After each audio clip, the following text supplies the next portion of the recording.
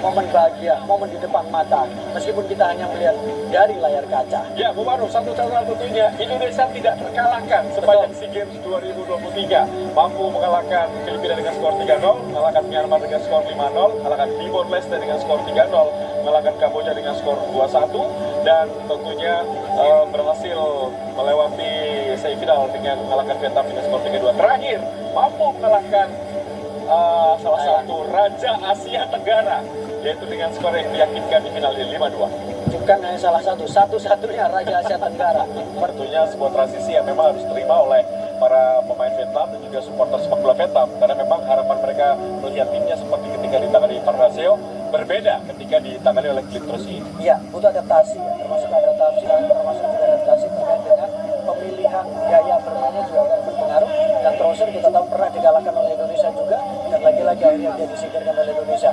Ya pemirsa, kita lihat bagaimana runner up kali ini, medali perak diraih oleh Thailand dan diawali oleh Irfan Dolok, kapten tim dari Buriram United. Memang ada momen-momen memang sedikit kesalahan akan menjadi salah satu catatan yang sangat penting.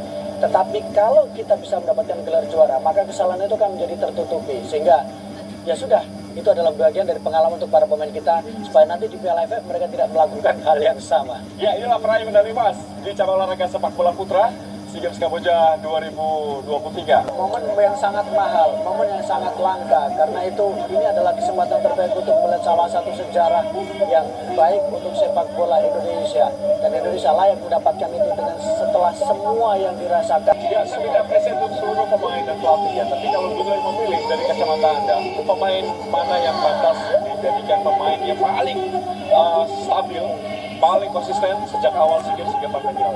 Pemain yang sekarang jalan di urutan pertama adalah pemain yang paling stabil, pemain Rizky Ridho, pemain yang memang layak untuk menjadi leader, pemain yang syarat pengalaman bersama dengan timnas Indonesia, bersama dengan Persebaya Surabaya, dan layak dia mendapatkan kalungan medali emas pertama, dan dia sekarang menjadi leader, menjadi bagian dari sejarah untuk sepak bola Indonesia.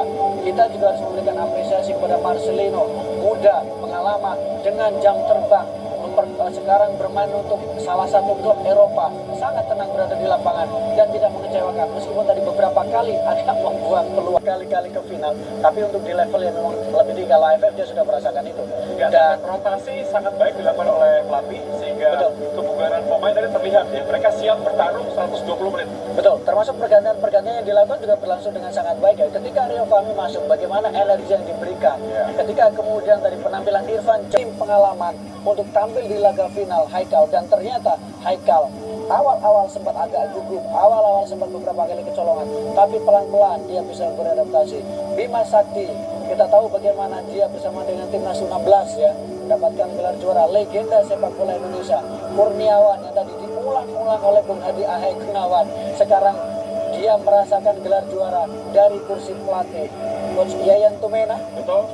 Kita lihat memang ini kinerja kerjasama ya dari para mantan Primavera. Ada di belakang Coach Indra Safri, berhasil memberikan motivasi dan tentunya sebuah hal positif.